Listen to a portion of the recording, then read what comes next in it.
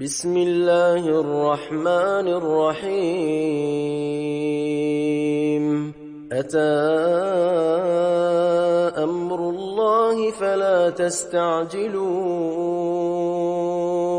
سبحانه وتعالى عما يشركون ينزل الملائكة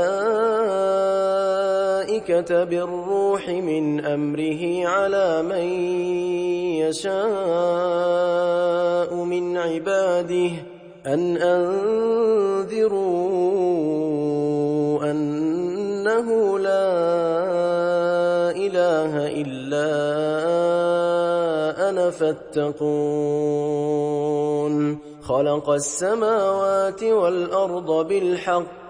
تعالى عما يشركون خلق الإنسان من نطفة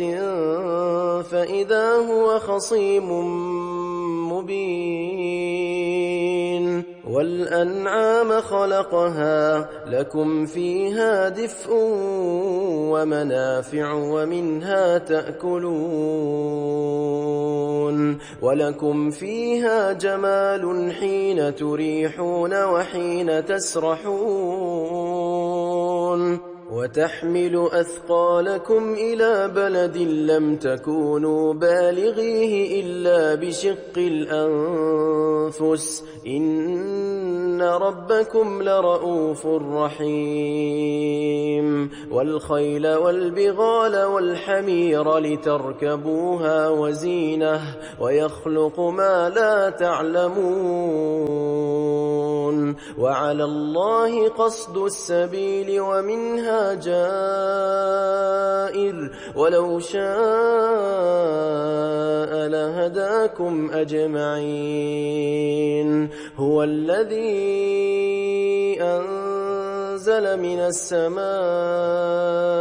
ماء لكم منه شراب ومنه شجر فيه تسيمون ينبت لكم به الزرع والزيتون والنخيل والأعناب ومن كل الثمرات إن في ذلك لآية لقوم يتفكرون وسخر لكم الليل والنهار والشمس والقمر والنجوم مسخرات بأمره إن في ذلك لآيات لقوم يعقلون وما ذرأ لكم في الأرض مختلفا ألوانه إن في ذلك لآية لقوم يذكرون وهو الذي سخر البحر لتأكلوا منه لحما طريا وتستخرجوا منه حلية تلبسونها وترى الفلك مواخر فيه ولتبتغوا من فضله ولعلكم تشكرون وألقى في الأرض رواسي أن تميد بكم وأنهارا وسبلا لعلكم تهتدون وعلامات وبالنجم هم يهتدون أفمن يخلق كمن لا يخلق أفلا تذكرون وإن تعدوا نعمة الله لا تحصوها إن الله لغفور رحيم والله يعلم ما تسرون وما تعلنون والذين يدعون من دون الله لا يخلقون شيئا وهم يخلقون أموات غير أحياء وما يشعرون أيان يبعثون إلهكم إله واحد فالذين لا يؤمنون بالآخرة قلوبهم منكرة وهم مستكبرون لا جرم أن الله يعلم ما يسرون وما يعلنون إنه لا يحب المستكبرين وإذا قيل لهم ماذا أنزل ربكم قالوا أساطير الأولين ليحملوا أوزارهم كاملة يوم القيامة ومن أوزار الذين يضلونهم بغير علم ألا ساء ما يزرون قد مكر الذين من قبلهم فأتى الله بنيانهم من القواعد فخر عليهم السقف من فوقهم وأتاهم العذاب من حيث لا يشعرون ثم يوم القيامة يخزيهم ويقول أين شركائي الذين كنتم تشاقون فيهم قال الذين أوتوا العلم إن الخزي اليوم والسوء على الكافرين الذين تتوفاهم الملائكة ظالمي أنفسهم فألقوا السلم ما كنا نعمل من سوء بلى إن الله عليم بما كنتم تعملون فادخلوا أبواب جهنم خالدين فيها فلبئس مثوى المتكبرين وقيل للذين اتقوا ماذا أنزل ربكم قالوا خيرا للذين أحسنوا في هذه الدنيا حسنة ولدار الآخرة خير ولنعم دار المتقين جنات عدن يدخلونها تجري من تحتها الأنهار لهم فيها ما يشاءون كذلك يجزي الله المتقين الذين تتوفاهم الملائكة طيبين يقولون سلام عليكم ادخلوا الجنة بما كنتم تعملون هل ينظرون إلا أن تأتيهم الملائكة أو يأتي أمر ربك كذلك فعل الذين من قبلهم وما ظلمهم الله ولكن كانوا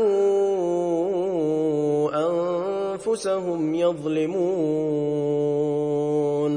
فأصابهم سيئات ما عملوا وحاق بهم ما كانوا به يستهزئون وقال الذين أشركوا لو شاء الله ما عبدنا من دونه من شيء نحن ولا آباؤنا ولا حرمنا من دونه من شيء كذلك فعل الذين من قبلهم فهل على الرسل إلا البلاغ المبين ولقد بعثنا في كل أمة رسولا أن اعبدوا الله واجتنبوا الطاغوت فمنهم من هدى الله ومنهم من حقت عليه الضلالة فسيروا في الأرض فانظروا كيف كان عاقبة المكذبين إن تحرص على هداهم فإن الله لا يهدي من يضل وما لهم من ناصرين وأقسموا بالله جهد أيمانهم لا يبعث الله من يموت بلى وعدا عليه حقا ولكن أكثر الناس لا يعلمون ليبين لهم الذي يختلفون فيه وليعلم الذين كفروا أنهم كانوا كاذبين إنما قولنا لشيء إذا أردناه أن نقول له كن فيكون والذين هاجروا في الله من بعد ما ظلموا لنبوئنهم في الدنيا حسنة ولأجر الآخرة أكبر لو كانوا يعلمون الذين صبروا وعلى ربهم يتوكلون وما أرسلنا من قبلك إلا رجالا نوحي إليهم فاسألوا أهل الذكر إن كنتم لا تعلمون بالبينات والزبر وأنزلنا إليك الذكر لتبين للناس ما نزل إليهم ولعلهم يتفكرون أفأمن الذين مكروا السيئات أن يخسف الله بهم الأرض أو يأتيهم العذاب من حيث لا يشعرون أو يأخذهم في تقلبهم فما هم بمعجزين أو يأخذهم على تخوف فإن ربكم لرؤوف رحيم أولم يروا إلى ما خلق الله من شيء يتفيأ ظلاله عن اليمين والشمائل سجدا لله وهم داخرون ولله يسجد ما في السماوات وما في الأرض من دابة والملائكة وهم لا يستكبرون يخافون ربهم من فوقهم ويفعلون ما يؤمرون وقال الله لا تتخذوا إلهين اثنين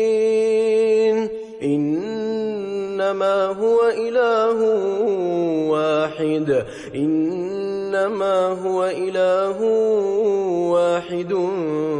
فإياي فارهبون وله ما في السماوات والأرض وله الدين واصبا أفغير الله تتقون وما بكم من نعمة فمن الله ثم إذا مسكم الضر فإليه تجأرون ثم إذا كشف الضر عنكم إذا فريق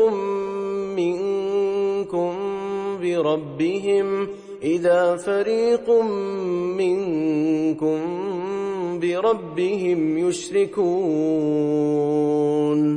ليكفروا بما آتيناهم فتمتعوا فسوف تعلمون ويجعلون لما لا يعلمون نصيبا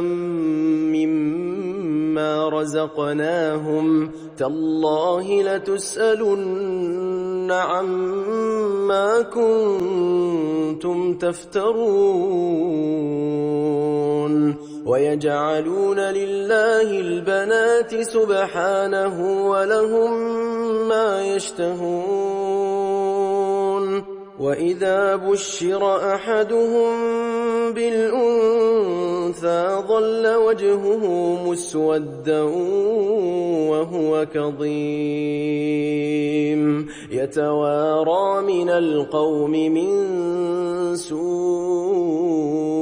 ما بشر به أيمسكه على هون أم يدسه في التراب ألا ساء ما يحكمون للذين لا يؤمنون بالآخرة مثل السوء ولله المثل الأعلى وهو العزيز الحكيم ولو يؤاخذ الله الناس بظلمهم ما ترك عليها من دابة ولكن يؤخرهم إلى أجل مسمى فإذا جاء أجلهم لا يستأخرون ساعة ولا يستقدمون ويجعلون لله ما يكرهون وتصف ألسنتهم الكذب أن لهم الحسنى لا جرم أن لهم النار وأنهم مفرطون تالله لقد أرسلنا إلى أمم من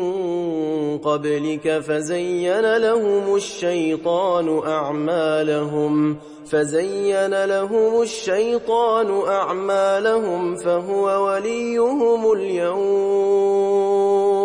فهو وليهم اليوم ولهم عذاب أليم وما أنزلنا عليك الكتاب إلا لتبين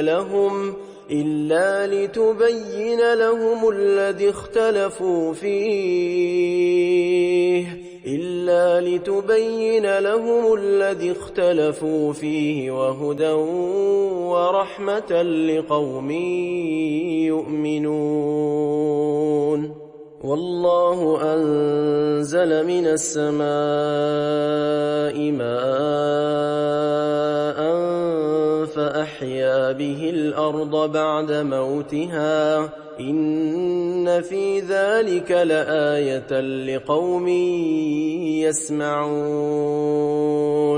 وإن لكم في الأنعام لعبرة نسقيكم مما في بطونه من بين فرث ودم لبنا خالصا سائغا للشاربين ومن ثمرات النخيل والأعناب تتخذون منه سكرا ورزقا حسنا إن في ذلك لآية لقوم يعقلون وأوحى ربك إلى النحل أن اتخذي من الجبال بيوتا ومن الشجر ومما يعرشون ثم كلي من كل الثمرات فاسلكي سبل ربك ذللا يخرج من بطونها شراب مختلف ألوانه فيه شفاء للناس إن في ذلك لآية لقوم يتفكرون والله خلقكم ثم يتوفاكم ومنكم من يرد إلى أرذل العمر لكي لا يعلم بعد علم شيئا إن الله عليم قدير والله فضل بعضكم على بعض في الرزق فما الذين فضلوا براد رزقهم على ما ملكت أيمانهم فهم فيه سواء أفبنعمة الله يجحدون والله جعل لكم من أنفسكم أزواجا وجعل لكم من أزواجكم بنين وحفدة ورزقكم من الطيبات أفبالباطل يؤمنون وبنعمة الله هم يكفرون ويعبدون من دون الله ما لا يملك لهم رزقا من السماوات والأرض شيئا ولا يستطيعون فلا تضربوا لله الأمثال إن الله يعلم وأنتم لا تعلمون ضرب الله مثلا عبدا مملوكا لا يقدر على شيء ومن رزقناه منا رزقا حسنا فهو ينفق منه سرا وجهرا هل يستوون الحمد لله بل أكثرهم لا يعلمون وضرب الله مثلا رجلين أحدهما أبكم لا يقدر على شيء وهو كل على مولاه أينما يوجهه لا يأتي بخير هل يستوي هو ومن يأمر بالعدل وهو على صراط مستقيم ولله غيب السماوات والأرض وما أمر الساعة إلا كلمح البصر أو هو أقرب إن الله على كل شيء قدير والله أخرجكم من بطون أمهاتكم لا تعلمون شيئا وجعل لكم السمع والأبصار والأفئدة لعلكم تشكرون ألم يروا إلى الطير مسخرات في جو السماء ما يمسكهن إلا الله إن إن في ذلك لآيات لقوم يؤمنون والله جعل لكم من بيوتكم سكنا وجعل لكم من جلود الأنعام بيوتا تستخفونها يوم ظعنكم ويوم إقامتكم ومن أصوافها وأوبارها وأشعارها أثاثا ومتاعا إلى حين والله جعل لكم مما خلق ظلالا وجعل لكم من الجبال أكنانا وجعل لكم سرابيل تقيكم الحر وسرابيل تقيكم بأسكم كذلك يتم نعمته عليكم لعلكم تسلمون فإن تولوا فإنما عليك البلاغ المبين يعرفون نعمة الله ثم ينكرونها وأكثرهم الكافرون ويوم نبعث من كل أمة شهيدا ثم لا يؤذن للذين كفروا ولا هم يستعتبون وإذا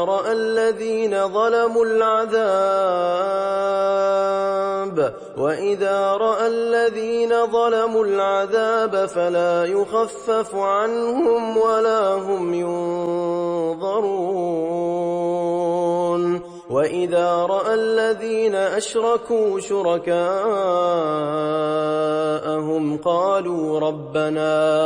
قالوا ربنا هؤلاء شركاؤنا الذين كنا ندعو من دونك فألقوا إليهم القول إنكم لكاذبون وألقوا إلى الله يومئذ السلم وضل عنهم ما كانوا يفترون الذين كفروا وصدوا عن سبيل الله زدناهم عذابا فوق العذاب بما كانوا يفسدون ويوم نبعث في كل أمة شهيدا عليهم من أنفسهم وجئنا بك شهيدا على هؤلاء ونزلنا عليك الكتاب تبيانا لكل شيء وهدى ورحمة وبشرى للمسلمين إن الله يأمر بالعدل والإحسان وإيتاء ذي القربى وينهى عن الفحشاء والمنكر والبغي يعظكم لعلكم تذكرون وأوفوا بعهد الله إذا عاهدتم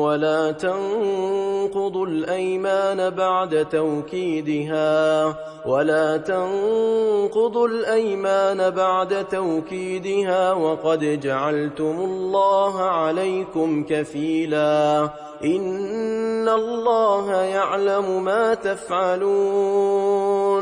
ولا تكونوا كالتي نقضت غزلها من بعد قوة أنكاثا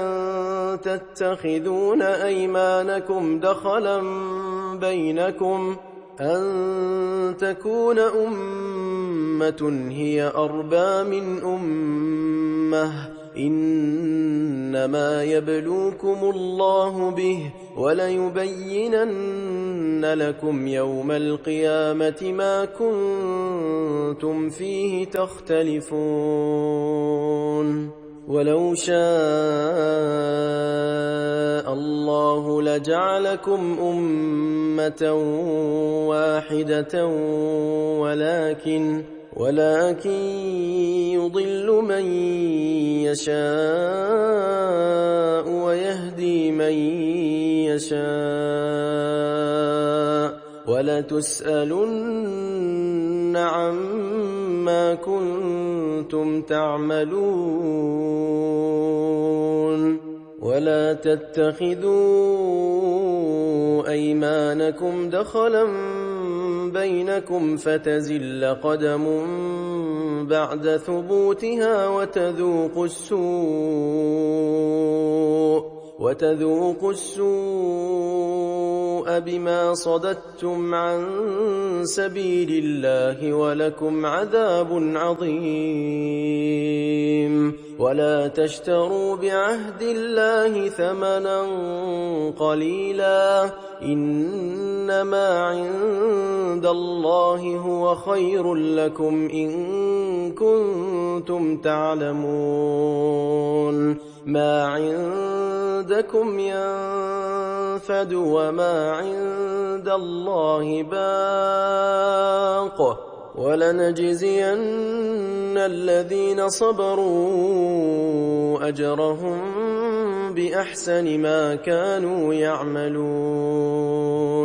من عمل صالحا من ذكر أو أنثى وهو مؤمن فلنحيينه حياة طيبة ولنجزينهم أجرهم بأحسن ما كانوا يعملون فإذا قرأت القرآن فاستعذ بالله من الشيطان الرجيم إنه ليس له سلطان على الذين آمنوا وعلى ربهم يتوكلون إنما سلطانه على الذين يتولونه والذين هم به مشركون وإذا بدلنا آية مكان آية والله أعلم بما ينزل قالوا إنما أنت مفتر بل أكثرهم لا يعلمون قل نزله روح القدس من ربك بالحق ليثبت الذين آمنوا وهدى وبشرى للمسلمين ولقد نعلم أنهم يقولون إنما يعلمه بشر لسان الذي يلحدون إليه أعجمي وهذا لسان عربي مبين إن الذين لا يؤمنون بآيات الله لا يهديهم الله ولهم عذاب أليم إنما يفتري الكذب الذين لا يؤمنون بآيات الله وأولئك هم الكاذبون من كفر بالله من بعد إيمانه إلا من أكره وقلبه مطمئن بالإيمان ولكن من شرح بالكفر صدرا فعليهم غضب من الله ولهم عذاب عظيم ذلك بأنهم استحبوا الحياة الدنيا على الآخرة وأن الله لا يهدي القوم الكافرين أولئك الذين طبع الله على قلوبهم وسمعهم وأبصارهم وأولئك هم الغافلون لا جرم أنهم في الآخرة هم الخاسرون ثم إن ربك للذين هاجروا من بعد ما فتنوا ثم جاهدوا وصبروا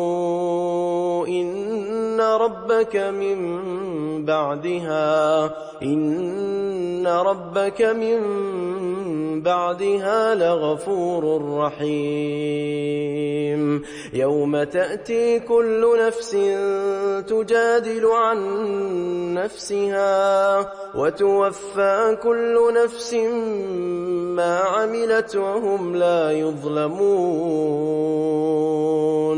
وضرب الله مثلا قرية كانت آمنة مطمئنة يأتيها رزقها رغدا من كل مكان فكفرت بأنعم الله فأذاقها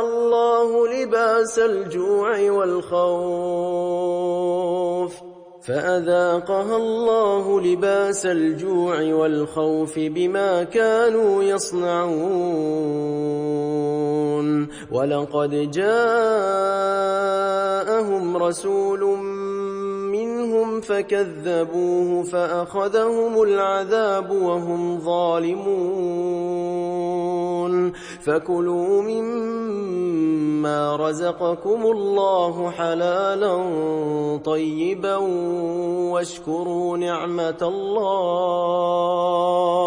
واشكروا نعمة الله إن كنتم إياه تعبدون إنما حرم عليكم الميتة والدم ولحم الخنزير وما أهل لغير الله به فمن اضطر غير باغ ولا عاد فإن الله غفور رحيم ولا تقولوا لما تصف ألسنتكم الكذب هذا حلال وهذا حرام لتفتروا على الله الكذب إن الذين يفترون على الله الكذب لا يفلحون متاع قليل ولهم عذاب أليم وعلى الذين هادوا حرمنا ما قصصنا عليك من